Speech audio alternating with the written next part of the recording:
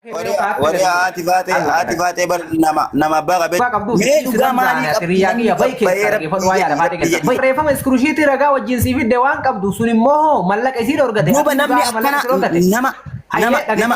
nama salphisu icciitii keessaan haasa'an gabbaasu kan akkamitti irraa mormatta ati.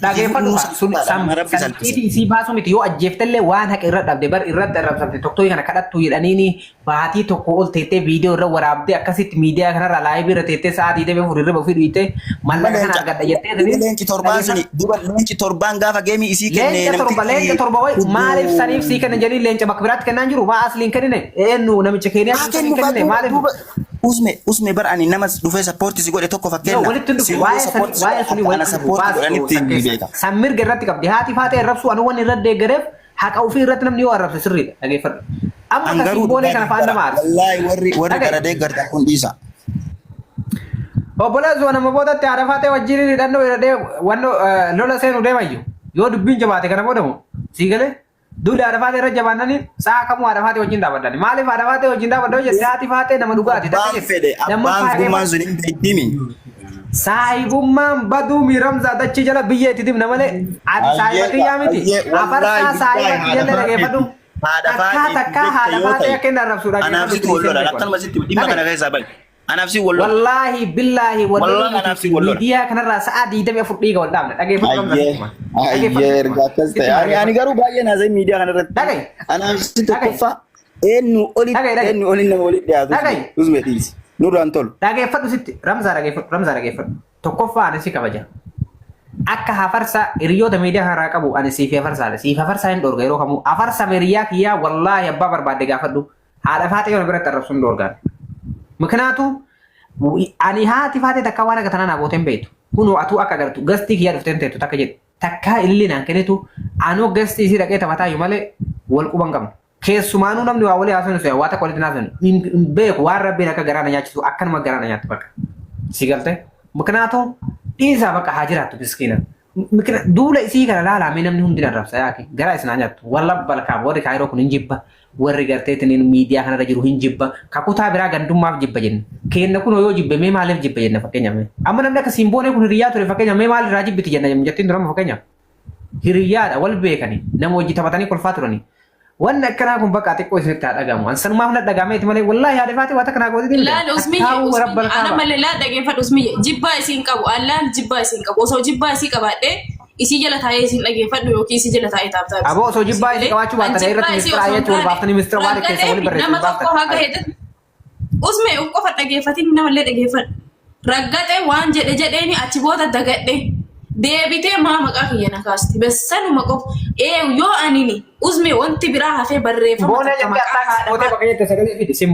maqaa kiyya na kaasta jala taa'ee dhageeffatu ture yoo anini maqaa isii gaafa isii ka isiin maqaas kaafte tokko jafite maqaa na kaastee naan jette maqaa nu kaaste eega ebalu jechuu laazima eegan waan isiin jettee dubbattu waan isiin ebalu jettee arrabsite gaafa isiin sirraa dubbatte ebalu jettee sirraa arrabsite shira narra xaxanii nama narraa hidhanii akkasitti jecha takka haadha faaxee maqaa dhahatu barreeffama takka waan biraa miti barreeffama takkatti haadha faaxee akkana jedhee barreeffama takkatti barraa yoo jiraate naa haa fiddu ani waan fedhe adaba ayyee atillee shira narra xaxee giiftan irraa raambifte keetti barreeffama san iskirishii godhe duuba jala taa'ee dhageeffatu ture barreeffama osoo hin taane jala taa'ee jala taa'ee gurra kiyyaan dhageeffatu ture barreeffama san yookiin sagalee san yoo isiin naa fidde waan fedhe adamamaaf achi booda ayyee anillee waa takka si gaafata sagalee san irraa siifuuna mee ka isiin giiftara tokko itti barreessitee tapha simboonee hin dhaqinaa jetteen iskirishii godhe ragaa irra fidi kaaya.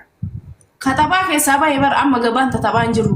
Tatabaa daganne wal biloonne wal rabsine wal gaafa taphaa sana akka jettee maqaa balleessite kaatille akka jettee maqaa balleessite ijoollee tana maaliif goroorroo qabachuun barbaachisa ijoolleen tun dhugaa irra mormatta maqaa balleessaa irra keette ka isii sammaa dhoyfattire ilala waan namaan jette tokko awwala eenyutu dura quba nama qabe qubne osoo hin deebiin usmiyye jedhee baran adii maqaa isii waamee haadha faate ebalu sagalee san waraabee na bira jira warra giiftaraallee ebaluunis isin narraa dhoogge jedhee maqaa dhayi waamee dubbadhee fixa ayyee akkami beektu waan sana akkami beektu malee waan biraa no sana kami beeyte haadha faatee sitti mani dhufaniitti ni abbaan Abdallaa fa'aa jechuudha fakkeenya maqaa dhooyte ufii isiiti bilbila osoo diinaasa'u gaafa geemii ebaluu gaafa ani maqaa ebaluu sanii meeshaa godhuun barbaadu gaafa geemii ebaluu gaafa geemii ebaluu kanas dhoggaa ebaluu kanas dhoggaa jedhanii na himani akkuma narraa dhoggan san nama biraa irraa sitti himani kan namni sitti hime malee ragaa qabatamaa namni na himee bituu fi afaan isiitiin naan jette afaan isiitiin. Afaan isiitiin. Anas sirraa dhorga sin jette afaan isiitiin. Anas sirraa dhorgaa osoo hin taane gaafa geemii ebaluu kana ebaluunis hin dhorgaan. Ana dhorga jette. Hin dhorgaan sanii guyyama sanii anarraallee akka dhorgamu beekee deebii achuma dhiisee cadhisee dhiise. Narraa dhorgitee. Okay, maybe nama san. Dhageeffadhu kan. Amma laal fakkeenyaaf nama biraa irraa dhorguu dandeetti yookiin danda'uu dhabuu dandeetti. Yoo dandeetti akkasii sanuu qabaatte bareedaadha. Laal namni tokko koontirool nama gochuu danda'e ani Ramzaa bakka ani hin jaalladhe tokko irraa hafi yoo jedhanii hambisuu danda'e. An dhugumatti dandeetti akka qabu na baruu qabda. Maaliif?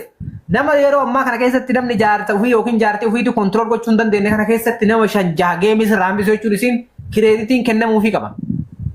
Sigalee zabana namni jaartii ofii bulfatu danda'e. Dubbiin gabaabaa. Jaarsa ofii bulfatu. Qashtiimii kawaasi himate. Dhugaan ta'an kan hojii kaasin boodati. Bakka kalaas baga narraa dhoggitee mi atillee baga isii deeggartee miti baga narraa dhoggitee ishoo baga narraa dhoggitee. Dhageeffadhu ani laal isii deeggaruu wanti akka achi kiddanii wanti dhufus hin jiru.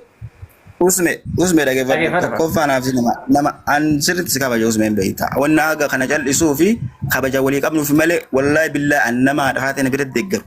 Nama haati faatee sharriin qabdu haati faatee miqqanyaa miti jedhee haadha faatee na bira faarsu wallaahi si tokkicha wallaahi billaahi wajjin gasi takka kan ta'e sitti ma miqqanyummaa fi falfalli yoo no miskiin wanti miskiinummaa jedhu atillee haadha faatee irra dhaabatte giiftara sirraa dhooguun baga jettee miti har borus giiftara sirraa dhooguun baga jenne walatti waan sana jedhu dhageeffadhu kan osoo waan ani jedhe afaaniin hin baasin dhageeffadhu.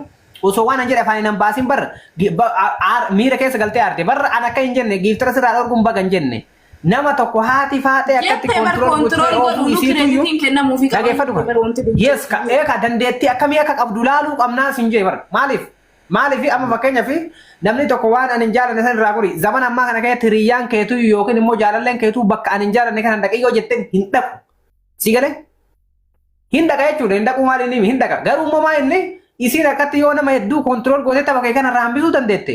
Aksina ajaa'ibuu si maqu fakkeenyaaf amma fakkeenyaaf ana Ramzaa kan hiriyyaadha fakkeenyaaf waan akkanaan godhii yoo jedhanii naaf hedduu itti gammada jechuudha. Kanaatu dandeettii agaraa nama na jaalatu argachuu jechuun gammachuu guddaadha kan jirudha. Ansaaba san jedhee malee bakka siraa kan jenne akkasitti fudhatin naariniiti. Kan Ramzaatti deebina. Ramzaa tokko faatee shira xaxxii akkanaa jette laala obboleessoo. Haati faatee itti dhiyaattee beekti Ramzaa. Jaalala isiin sii qabdu. Ani kaleessa osoo wayita akka itti raggatta jedhan san jiraadhe wallahi si dhorka. Maaliif mucattiin tun gastii irra kaattee Ramzaa kiyya sirba wannoo tokko maal jedhe sirba isiitti siban san yaada dhagammaa atu poosti goote yoo kaafte malee hin jiraate. Sirba akka isii sirbi. Wariyaa usme sirbaa miti. Wallahi sirba. Dhugarratti yoo wallollee minum shigirella. Dhageeffadhu dhugarratti abbaa barbaannu wallolle namni haadhaaf abbaatu wal dura dhaabbata. Haati faatee si jaalatti yoo jenne akka hudduun baqaqu si jaalatti. Kan ammoo dhugaa ragaa takka 2 3 4 5 jedhee lafa sii kaa'uu danda'a. Takka jedhe. Maaliif yoo jettu taate haati faatee dheengadda akka isirra sirbaa turte takka jedhe. Lammaffaa irratti gaafa ati biyya san deemteettu abbaa Abdallaa naa jabeessi kan isin jettu miidiyaa irratti afgurra kiyyaan dhaga'ee 2 jedhe. Sadaffaa irratti dheengadda ani haadha faatee Ramzaa mana qabannaan fiigaa dhufteet niin taaptaap si goosifte viidiyoo manattee 3 jedhe. Afraffaa irratti immoo afaan isiitiin dubbattee miidiyaa irratti usmetti aansee namni ni jaalatu Ramzaanetti. Kuni kijiba yoo jette ragaa viidiyoo jira jechuudha hallaqa takka. Usmee fi Ramzaa kana walirratti osoo liqimse hin jaaladha jette.